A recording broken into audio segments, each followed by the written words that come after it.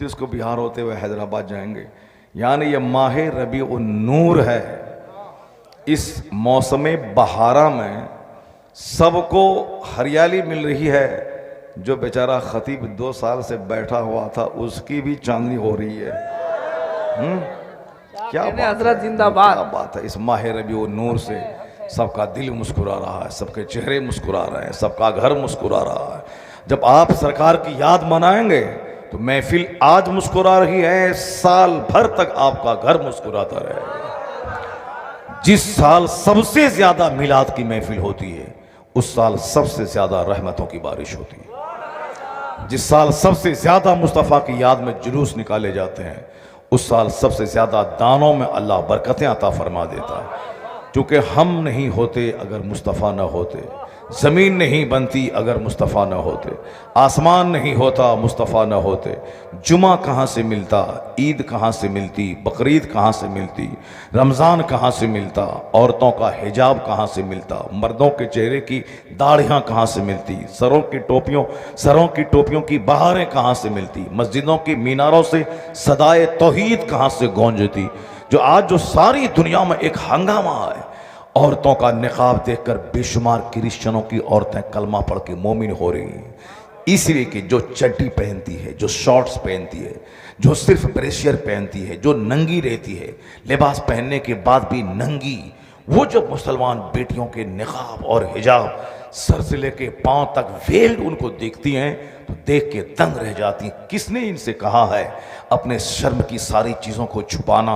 मजहब इस्लाम की औरतें हिजाब पहनने के बाद जब इतनी खूबसूरत हैं तो जिन औरतों की नकल ये करती हैं वो फातिमा ज़हरा कितनी खूबसूरत होगी। ये हिजाब और निकाब देख के यहूदियों की बेटियां, नसरानियों की बेटियां, मुशरिकों की बेटियां कलमा पढ़ के मोमिन हो रही हैं।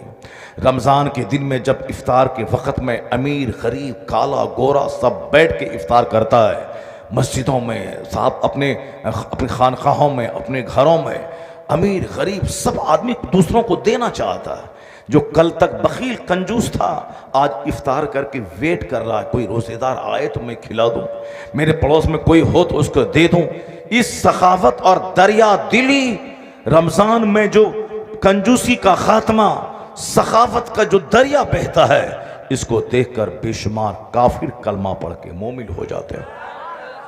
रमजान में सहरी के वक्त में नगमे या रसूलुल्लाह के नगमे, कुरान पाक की तिलावत, रमज़ान रात में 20 रकत नमाज तरावी, इफ्तार, तरावी, सहरी का सिस्टम, ये सब तिलावत कुरान का माहौल, मस्जिदों में 24 घंटे किसी न किसी का रह के तिलावत करना, इबादत करना। रमज़ान के आखिरी 10 दिनों में 2, 4, 10, 20 लोगों का सारी दुनिया से कट के मस्जिद में धरना देना और साहब गरीबों मिस्किनों को ज़कात के लिए करोड़ों रुपए की तिजोरी खोल के पैसा बहा देना। खरबों रुपए उस महीने में गरीबों मिस्किनों में लुटा दिए जाते हैं। गरीबों में कपड़ों का बांटना, कंबल तकसीम करना, कपड़े बांटना, फितरे की रकम का निकालना, ये सारी बहारें देख कर कहते हैं कि जब इतना सिस्टम इतना खूबसूरत है इस्लाम का, तो जो सिस्टम देने वाला मोहम्मद अरबी है वो कितना खूबसूरत होगा। सुभान अल्लाह, सुभान अल्लाह। उससे रहा नहीं जाता, वह कलमा पढ़ के इस्लाम कबूल कर लेते हैं। इसलिए मैं कहता हूं, कौन कहता है कि इस्लाम की तादाद, मानने वालों की तादाद घट रही है, मुस्तफ़ा की शान घट रही है? गलत, झूठ है। अगर एक पंडित, अगर नरसिंहानंद सरस्वती, उसने अगर नबी की तौहीन की तो वो लुच्चा लफंगा जाहिल दी ग्रेट एक आदमी बोला, उसकी बात पे ध्यान नहीं देना। उसकी जो आदमी सारी जिंदगी एक छोटे से लोटिया के पानी से पखाना लपेट लेता हो, जो सारी जिंदगी पाक नहीं रहता हो 1 घंटा के लिए, वो चला है पाकों के सरदार पे उंगली उठाने के लिए, वो चला है पैगंबर आजम की शान में गुस्ताखी करने के लिए। उसका जवाब सलमान अजहरी को नहीं देना चाहिए कि मुबाहिला कीजिए, आइए हम भी आग में कूदें। ये जो सर से लेके पैर तक नापाक ही नापाक है, उसको क्या दावत देना मुबाहिले का? इन नापाकों की बात पे ना कान धरने का, ना उनकी बात सुनने का।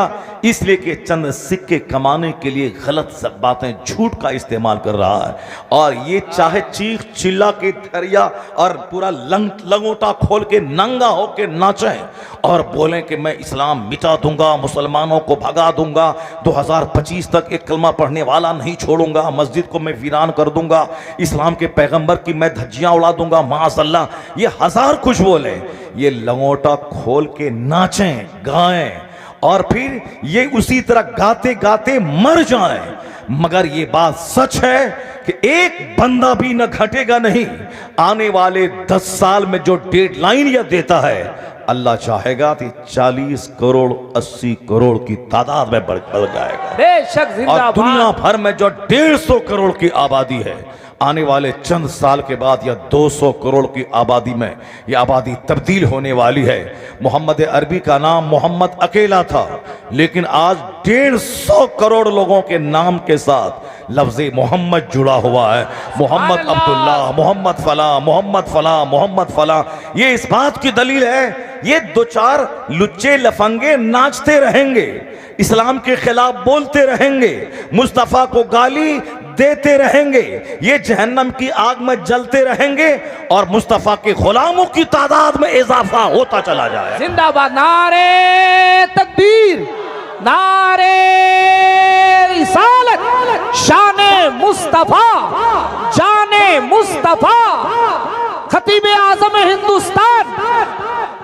इसलिए ज़्यादा टेंशन लेने की ज़रूरत नहीं है, इन लोगों की बातों पे कान धरने की ज़रूरत नहीं है। कभी नहीं बोलना है कि अब ये ऐसा बोल रहा है, वो ऐसा बोल रहा है, पता नहीं क्या होगा, हमारा फ्यूचर क्या होगा, हमारा मुस्तकबिल क्या होगा।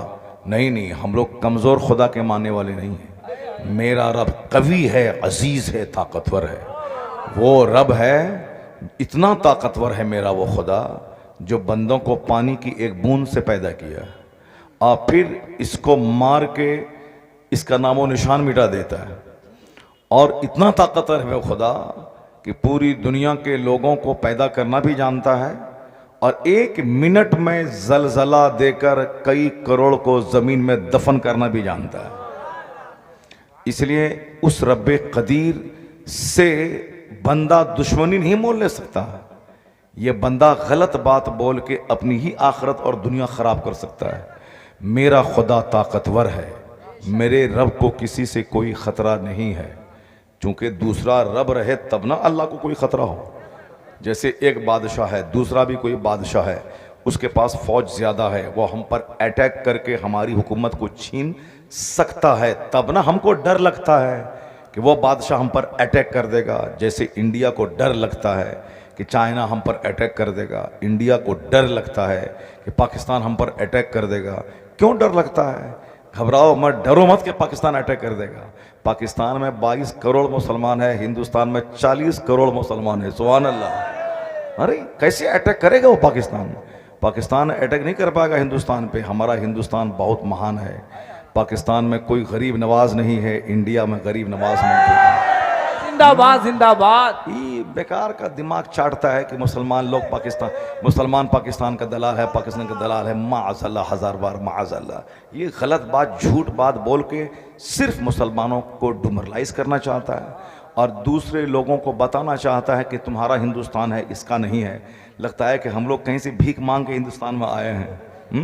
1200 साल से हमारे बाप दादा यहाँ रह रहे हैं, उनकी हमारी ज़मीनें, हमारे मकानात, हमारी खानकाहें, ये सारी चीज़ें इस बात की दलील है कि हम आज अचानक नहीं आए हैं। हम लोग तो बरस से यहाँ आए। हिंदुस्तान हमारा है, हिंदुस्तान को हमने सींचा है। हिंदुस्तान पहले छोटे छोटे राजाओं का मुल्क था। एक हमारे पूर्णिया ज़िला में जहाँ मेरा घर है, वहाँ 3-4 जगह पे राजा की बिल्डिंग आज तक मौजूद है। ये चंपानगर, ये श्रीनगर का राजा, गढ़मल्ली का राजा, यानी पहले राजाओं की हुकूमत थी। एक राजा के अधीन 2, 4, 5, 10, 20, 50 गांव रहते थे और फिर वो ज़मीनें सब ज़मीन का टैक्स राजा को देते थे। तो राजा के पास अपनी फ़ौज होती थी, वही उसका हिंदुस्तान होता था। एक हिंदुस्तान में हज़ारों राजा थे। पूरा हिंदुस्तान जैसे टुकड़े टुकड़े में बटा हुआ था। राजाओं का मुल्क हिंदुस्तान था। लेकिन किसने इस हिंदुस्तान को एक अजीम हिंदुस्तान बना दिया? शायद उनको मालूम नहीं होगा, चूंकि वो राजाओं का मुल्क इंडिया था। बेशुमार राजा यहाँ थे, सब राजा का अपना चलता था। ये राजा, वो राजा, फला राजा, मिदनापुर का राजा, मालदा का राजा, उधर सिलीगुड़ी का राजा, राजा राजा, राजाओं की डोरी, मकान, ज़मीन सब उसी का था। हिंदुस्तान था नाम, मगर सब राजाओं का मुल्क था। यूनाइट इंडिया नहीं था। लेकिन कंधार से लेकर के बर्मा तक और उधर बंगाल की खाड़ी से लेकर गुजरात की वादी तक पूरे महान हिंदुस्तान, जिसमें श्रीलंका का हिस्सा, बर्मा का हिस्सा, नेपाल का हिस्सा, अफगानिस्तान का हिस्सा, जिसमें बांग्लादेश, जिसमें पाकिस्तान, ये अजीम विशाल भारत जिसको एक शक्ल दिया है हिंदुस्तान की, कोई दूसरा नहीं, मुस्तफ़ा का गुलाम औरंगजेब ने ये शक्ल दिया। बेशक जिंदाबाद। पूरे हिंदुस्तान को एक मुल्क, एक सल्तनत, एक राजधानी, पहले हजारों राजधानी थी, एक राजधानी दिल्ली अगर किसी ने दिया है हिंदुस्तान को तो कलमा पढ़ने वालों ने दिया है। हिंदुस्तान हमारा है, हमने इसको सींचा है, हमारे बाप दादाओं ने सींचा है। पाकिस्तान से तुमको डर क्यों लगता है? क्यों बोलता है कि वो ये करेगा, वो करेगा? वो कुछ नहीं करेगा। पाकिस्तान में 22 करोड़ मुसलमान है, इंडिया में 40 करोड़ मुसलमान है, इसलिए से घबराने की जरूरत नहीं है। हिंदुस्तान हमारा है, हिंदुस्तान को हम लोगों ने सींचा है, सींचते रहेंगे। डरने उड़ने की कोई बात नहीं है। आप मत घबराएं, मत कुछ बोलें, मैं नफरत की खेती ना करें, कोई मोहब्बत का दरख्त लगाएं, मोहब्बत से रहें, मोहब्बत की बोली बोलें। सब जैसे चेहरा अलग अलग, रंग अलग अलग, फिंगर प्रिंट सबका अलग अलग, कलर अलग, जबान अलग, मगर सारे लोग यहीं बस रहे हैं। फिंगर अलग है मगर सब एक समाज में रहते हैं, चेहरा सबका अलग है, एक समाज में रहते हैं। उसी तरह हिंदुस्तान एक महान मुल्क है, यहाँ सारे मज़ाहिब के लोग रहते हैं और सब अपने अपने हिसाब से काम करें। लाठी लेके कोई किसी को दबा करके, किसी को ज़बरदस्ती अपनी तरफ ना ले जाए। अब जो इस मज़हब में सच्चाई होगी, जिस मज़हब में हक़ानियत होगी, जिस मज़हब में वास्तविकता होगी, उसकी तरफ दुनिया खींच के चली जाएगी। अब अगर सच की तरफ दुनिया जा रही है, अब कोई बोले कि नहीं उधर मत जाओ, झूठ की तरफ आओ, कोई सच पाकिज़गी की तरफ दुनिया जा रही है, अब बोले कि नहीं नहीं इधर शराब पीने की तरफ आओ। शराब की ताकत कमजोर है, शरबत की ताकत ज्यादा है। जुल्म कमजोर है, अदल ताकतवर है, अत्याचार कमजोर है, सदाचार बलवान है, शक्तिशाली है। तो तुम अपने हिसाब से काम कर। अगर इस्लाम ताकतवर है, इस्लाम बलवान है, इस्लाम हक़ानियत से लबरेज है और सारी दुनिया इसकी तरफ आ रही है, तो फिर तुम क्यों लड़ाई मोल ले रहा है? तुम्हें भी सपोर्ट करना चाहिए कि दुनिया जुल्म से बचे, इंसाफ के करीब आ जाए, अंधेरे से हटे, रोशनी के करीब आ जाए। तो जिस मजहब में सदाकत होगी, दुनिया को अपनी तरफ खींच लेगी। अल्हम्दुलिल्लाह मेरा रब महान है, कोई दूसरा खुदा नहीं है कि जो रब को खतरा हो। मेरे रब को किसी से कोई खतरा नहीं। तो रब का जो पसंदीदा दीन इस्लाम है, उसको भी किसी से कोई खतरा नहीं। रब का जो प्यारा महबूब मोहम्मद अरबी अलैहिस्सलाम है, उनको भी किसी से कोई खतरा नहीं। रब का जो कलाम कुरान है, उसको भी किसी से कोई खतरा नहीं। मेरा रब खतरे से पाक है, मेरा इस्लाम खतरे से पाक है, मेरे पैगंबर खतरे से पाक है, मेरा कुरान खतरे से पाक है। और जो रब पर, मोहम्मद अरबी पर, कुरान पर, इस्लाम पर ईमान ले आए, उसकी जात को भी कोई खतरा नहीं है। खतरा कमजोरों को होता है, ताकतवर को नहीं होता। लाजवाब। नारे तकबीर, नारे रिसालत, मजहबे इस्लाम। हम अपनी तरफ से जुल्म पहल नहीं करते, हम अपनी तरफ से मारधाड़ नहीं करते। हम तो जुल्म सहते हैं, हम तो लोगों की अजियतें सहते हैं, हम तो सहने के लिए ही पैदा हुए हैं, सहते हैं हम। सहना मेरा काम है। वो मुझे गालियां देते हैं, मैं सहता हूँ। वो मुझे मारने की धमकी देते हैं, मैं सहता हूँ। उसका एक लुच्चा लफंगा बोलता है सबको भगा देंगे, ठीक से रहना, रहो वरना भागो पाकिस्तान, हम सहते हैं। वो हमारी मस्जिदों में धूल फेंक देता, मैं सहता हूँ। मैं सहने के लिए पैदा हुआ हूँ, चूंकि जो सहता है जमाना उसी का होता है। सहने वाले के कदमों में ही सारी दुनिया आ जाती। आपने अगर नहीं समझा होगा तो बस मैं एक चैप्टर खोलता हूँ इस्लाम का, आकाए दो जहां सलाम की पवित्र जीवन का, उनकी होली लाइफ का एक चैप्टर में